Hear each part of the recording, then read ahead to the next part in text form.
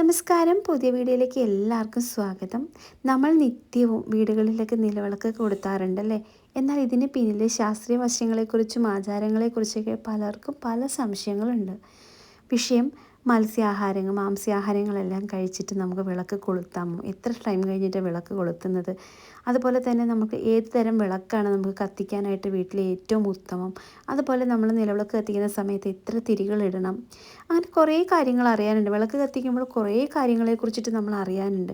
അറിഞ്ഞോ അറിയാതെയോ ചെറിയ ചെറിയ തെറ്റുകളൊക്കെ നമ്മൾ അറിയാതെ ചെയ്യാറുണ്ട്. അപ്പോൾ അതിനെക്കുറിച്ചിട്ട് വിശദമായിട്ടുള്ളൊരു വീഡിയോ ആണ് കേട്ടോ. വീഡിയോ ഫുള്ളായിട്ട് കാണാൻ ശ്രമിക്കുക. ഇഷ്ടപ്പെടുവാണെങ്കിൽ നമ്മുടെ ഈ ഒരു ചെറിയൊരു ചാനലൊന്ന് സബ്സ്ക്രൈബ് ചെയ്യാൻ മറക്കല്ലേ. നമുക്ക് നിലവിളക്ക് എന്ന് പറയുമ്പോൾ നമ്മുടെ വീടുകളിൽ പല ടൈപ്പിലുള്ള വിളക്കുകൾ നമുക്ക് മേടിക്കാൻ കിട്ടും. നമ്മുടെ വീടുകളിൽ പല രീതിയിലുള്ള വിളക്കൊക്കെ കത്തിക്കാറുണ്ട്. അപ്പോൾ മയിലിൻ്റെയോ മറ്റു രൂപങ്ങളുടെയോ ആകൃതിയിലുള്ള വിളക്കുകളേക്കാൾ ഏറ്റവും നല്ലത് സാധാ നിലവിളക്കാണ് കേട്ടോ. വീടുകളിൽ ഏറ്റവും ഉത്തമം അത് തന്നെയാണ് കേട്ടോ.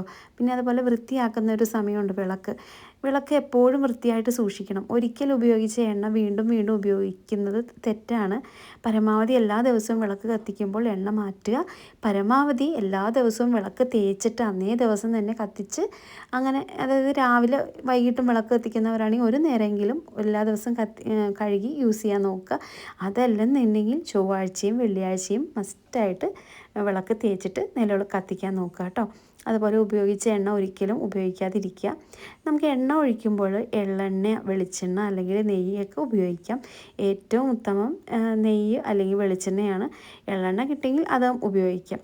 അപ്പോൾ ഇതൊക്കെ നമ്മുടെ വിശ്വാസത്തിനനുസരിച്ച് നിങ്ങൾക്ക് പറ്റുന്ന രീതിയിൽ നമുക്ക് എടുക്കാം. അതുപോലെ തിരികളും ദിക്കുകളൊക്കെ ഏറ്റവും മെയിനായിട്ടുള്ള കാര്യമാണ്. പിന്നെ ഭദ്രദീപം എന്ന് പറയുമ്പോൾ നമുക്കറിയാമല്ലോ, 5 തിരിയിട്ട് വിളക്ക് കൊളുത്തുന്നതാണ് ഏറ്റവും ഐശ്വര്യപ്രദം. അപ്പോൾ ഇതിനെയാണ് നമ്മൾ ഭദ്രദീപം എന്ന് പറയുന്നത്. അപ്പോൾ 5 തിരിയിട്ടൊരു വിളക്ക് കത്തിയാണ് അത്രയേറെ നല്ലതാണ് കേട്ടോ. പിന്നെ അതുപോലെ ഒറ്റ തിരി പരമാവധി ഒഴിവാക്കുക. വീട്ടിൽ ദാരിദ്ര്യം വരാൻ മെയിനായിട്ടൊരു കാരണം തന്നെ ഒറ്റത്തിരിയിട്ട് കത്തിക്കുന്നതാണ്.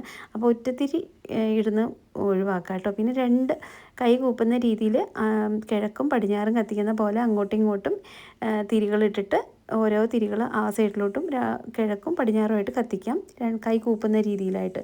അത് നല്ലതാണ്. പിന്നെ രാവിലെ കിഴക്കോട്ടുള്ള തിരിയും വൈകുന്നേരം പടിഞ്ഞാറോട്ടുള്ള തിരിയുമാണ് ആദ്യം തെളിയിക്കേണ്ടത്. വിളക്ക് തെളിയിക്കുന്ന രീതി എന്ന് പറയുമ്പോൾ നമ്മൾ വിളക്കിൻ്റെ പ്രാധാന്യം പറയാം. തീപ്പെട്ടി ഉപയോഗിച്ചിട്ട് ഒരിക്കലും വിളക്ക് നേരിട്ട് നിലവിളക്ക് കൊളുത്തരുത്. ആദ്യം ഒരു വിളക്ക് പോലെ ഒരു ചെറിയൊരു വിളക്ക് തെളിയിച്ച് അതിൽ നിന്നിട്ട് വേണം നമ്മൾ നിലവിളക്കിലേക്ക് അഗ്നി പകരാനായിട്ട്. പിന്നെ അതുപോലെ മനസ്സിൻ്റെ ഏകാഗ്രത. വിളക്ക് കൊളുത്തുമ്പോൾ നമുക്ക് ഇടത് കൈ കൊണ്ട് താങ്ങിക്കൊണ്ട് ഭഗവത് ചിന്തയോടെ പ്രാർത്ഥനയോടെ മാത്രം നമ്മൾ വിളക്ക് കത്തിക്കാൻ ശ്രമിക്കുക കേട്ടോ. പിന്നെ മാംസ്യാഹാരം കഴിച്ചിട്ട് വിളക്ക് കൊളുത്താമോ എന്നൊക്കെ പലരും ചോദിക്കാറുണ്ട്. അതായത് നമ്മുടെ ശരീരത്തിൽ നമ്മൾ ദഹന സമയമുണ്ട്. മാംസാഹാരമൊക്കെ കഴിച്ച് കൃത്യം 3 മണിക്കൂർ കഴിഞ്ഞാൽ നമുക്ക് വിളക്ക് കൊളുത്തുന്നതിന് യാതൊരുവിധ തെറ്റില്ല. ശരീരം ആഹാരം ദഹിക്കാൻ എടുക്കുന്ന ഒരു സമയമാണിത്. പിന്നെ അതുപോലെ കുളിച്ച് ശരീരശുദ്ധി വരുത്തിയ ശേഷം നിങ്ങൾക്ക് മാനസികമായിട്ട് ശുദ്ധി ഉണ്ടെന്ന് ഉറപ്പുണ്ടെങ്കിൽ ക്ഷേത്ര ദർശനവും വിളക്ക് തെളിയിക്കലൊക്കെ നടത്താം. എല്ലാ രീതിയിലും ശുദ്ധി വേണം വിളക്ക് കത്തിക്കുന്ന സമയത്ത്. പിന്നെ ശ്രദ്ധിക്കേണ്ട കുറച്ച് കാര്യങ്ങളുണ്ട്. പിന്നെ നമ്മൾ മെയിനായിട്ട് ചിലവർ ചെയ്യുന്നൊരു തെറ്റുണ്ട് കേട്ടോ. കുളിച്ച പാടിയിട്ട് നമ്മൾ ഈറൻ തോർത്ത് തലയിലിങ്ങനെ കെട്ടി വെച്ചിട്ട് നമ്മൾ നനഞ്ഞ തുണി തലയിലിങ്ങനെ കെട്ടിക്കൊണ്ട് വിളക്ക് കൊളുത്തുന്ന രീതിയുണ്ട്. അപ്പോൾ അങ്ങനെ ഒരു അഗ്നി പകരുന്നതിന് മുൻപ് മുടിയൊക്കെ ഒന്ന് ഒതുക്കി, ഒന്നുകിൽ നമുക്ക് തുമ്പ് ഒതുക്കി ചുറ്റി കെട്ടിയിടാം, അല്ലെങ്കിൽ കെട്ടി വയ്ക്കാം. ഒരിക്കലും അഴിച്ചിടരുത്. അഴിച്ച് ആ വെള്ളം നമ്മുടെ തറയിൽ വീഴല്. വിളക്കിൽ പൂജാമുറിയിലായാലും അമ്പലത്തിലാണെങ്കിലും തുമ്പ് കെട്ടിയിടണം, അല്ലെങ്കിൽ മുടി ഒന്ന് ഒതുക്കി കെട്ടി വെക്കുക.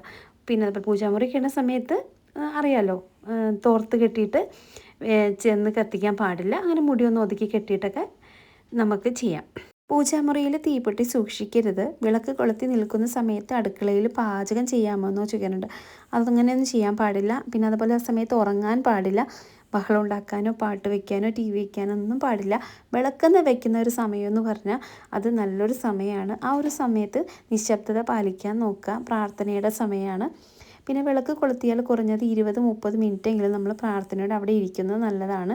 നിലവിളക്ക് എന്ന് പറയുമ്പോൾ അതൊരു ഒരു വിളക്കല്ല, അത് സകല ദേവതാ ചൈതന്യവും ഒത്തുചേരുന്ന ഒന്നാണ്. ഇതിനെക്കുറിച്ച് ആഴത്തിൽ നമുക്ക് വിവരിക്കാൻ പറ്റും. ബ്രഹ്മവിഷ്ണു മഹേശ്വരന്മാർ വിളക്കിൻ്റെ പാദഭാഗം സൃഷ്ടികർത്താവായ ബ്രഹ്മാവായും മധ്യഭാഗം വിഷ്ണു ഭഗവാനായും മുകൾ ഭാഗം ശിവഭഗവാനായും സങ്കല്പിക്കപ്പെടുന്നു. ത്രിശക്തികൾ.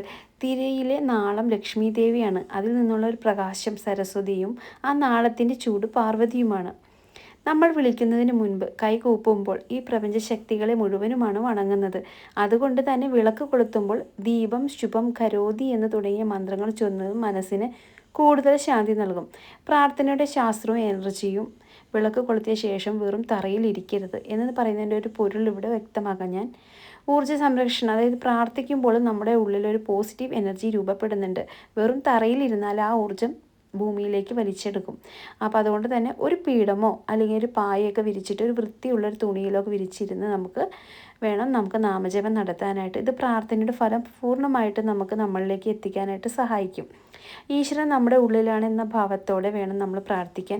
വിളക്കിൻ്റെ നാളം നമ്മുടെ ഉള്ളിലെ അറിവിൻ്റെ പ്രകാശമായി മാറട്ടെ എന്ന് പ്രാർത്ഥിക്കുക. കിണ്ടിയിലെ ജലവും അതുപോലെ വിളക്കിന് സമീപം കിണ്ടിയിൽ വെള്ളം വെക്കുന്നതിൻ്റെ ഒരു പ്രാധാന്യമൊക്കെ ഉണ്ട്. പഞ്ചഭൂത സമന്വയമാണ്. ഭൂമി, ജലം, അഗ്നി, വായു, ആകാശം. ഈ പഞ്ചഭൂതങ്ങളുടെ സാന്നിധ്യം അവിടെ ഉണ്ടാകണം. വിളക്ക് അഗ്നിയെയും ആകാശത്തെയും വായുവിനെയും പ്രതികരിക്കുമ്പോൾ കിണ്ടിയിലെ ജലം ജലത്വത്തെയും നീലം ഭൂമിയെയും പ്രതികരിക്കുന്നു. അതുകൊണ്ട് തന്നെ പൂജാമുറിയിൽ ജലം വെക്കുന്നത് അന്തരീക്ഷത്തെ ശുദ്ധീകരിക്കുകയും മനസ്സിന് കുളിർമ നൽകുകയും ചെയ്യും. പ്രാർത്ഥനയ്ക്ക് ശേഷം ഈ തീർത്ഥം വീടിന് ചുറ്റും തെളിക്കുന്നതൊക്കെ ഐശ്വര്യമാണ്. അതുപോലെ തന്നെ വിളക്ക് കൊളുത്തിയ ശേഷമുള്ള ഒരു 20-30 മിനിറ്റുള്ള പ്രാർത്ഥന, അത് വളരെ നല്ലതാണ്. എന്തൊക്കെയാണ് നമുക്ക് ആ സമയത്ത് ചൊല്ലാൻ പറ്റുന്ന ഇതൊക്കെ നമുക്ക് ചൊല്ലാം. നമുക്കറിയാവുന്ന നമുക്കിഷ്ടമുള്ള മന്ത്രങ്ങളൊക്കെ നമുക്ക് ആ സമയത്ത് ചൊല്ലാം. ലളിതാ സഹസ്രനാമം, വിഷ്ണു സഹസ്രനാമം, അല്ലെങ്കിൽ ലളിതമായിട്ടുള്ള ഓം നമോ നാരായണായ, ഓം നമ ശിവായ.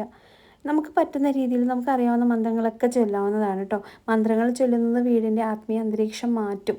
അതുപോലെ തന്നെ വീട്ടിലെ കുട്ടികളിലെയും മുതിർന്നവരെയും ഒരുമിച്ചിരുത്തി നാമം ജപിക്കുന്നത് ഇപ്പോൾ കുടുംബ ബന്ധങ്ങളൊക്കെ ദൃഢമാക്കാനും സമാധാനം ഉണ്ടാകാനൊക്കെ സഹായിക്കും. അപ്പോൾ ഇത്തരം കാര്യങ്ങളൊക്കെ നിങ്ങൾ ശ്രദ്ധിച്ച് നോക്കൂ. അപ്പോൾ ഇന്നത്തെ വീഡിയോ നിങ്ങൾക്ക് ഇഷ്ടപ്പെട്ടെന്ന് വിചാരിക്കുന്നു കേട്ടോ. അപ്പോൾ വിളക്ക് കൊളുത്തുന്ന സമയത്ത് കുറച്ച് കാര്യങ്ങളൊക്കെ ശ്രദ്ധിച്ചാൽ നമ്മളിൽ ഒരുവിധ ഐശ്വര്യങ്ങളെല്ലാം വന്നു ചേരും. അറിഞ്ഞോ അറിയാതെ നമ്മൾ ചില കാര്യങ്ങളൊക്കെ ചെയ്യാറുണ്ട്. വിളക്ക് തേക്കുന്നത്, വിളക്കിൽ തിരിയിടുന്നത്, അതുപോലെ തന്നെ ചിലപ്പോൾ നമ്മൾ മീൻ ഇറച്ചിയൊക്കെ കൂട്ടി വൈകിട്ട് അറിയാതെ തന്നെ പെട്ടെന്ന് കുളിച്ചിട്ട് വിളക്ക് കത്തിക്കുന്നവരുണ്ടാവും. അപ്പോൾ അങ്ങനെയുള്ളവരൊക്കെ കുറച്ച് കാര്യങ്ങളൊക്കെ ശ്രദ്ധിച്ച് ഇങ്ങനെയുള്ള കാര്യങ്ങളൊക്കെ ചെയ്യാം കേട്ടോ. അപ്പോൾ ഇന്നത്തെ വീഡിയോ ഇഷ്ടപ്പെട്ടെങ്കിൽ നമ്മുടെ ചാനൽ സബ്സ്ക്രൈബ് ചെയ്യാൻ മറക്കല്ലേ. അപ്പോൾ നമുക്ക് അടുത്ത വീഡിയോയിൽ കാണാതിരിക്കും. നന്ദി, നമസ്കാരം.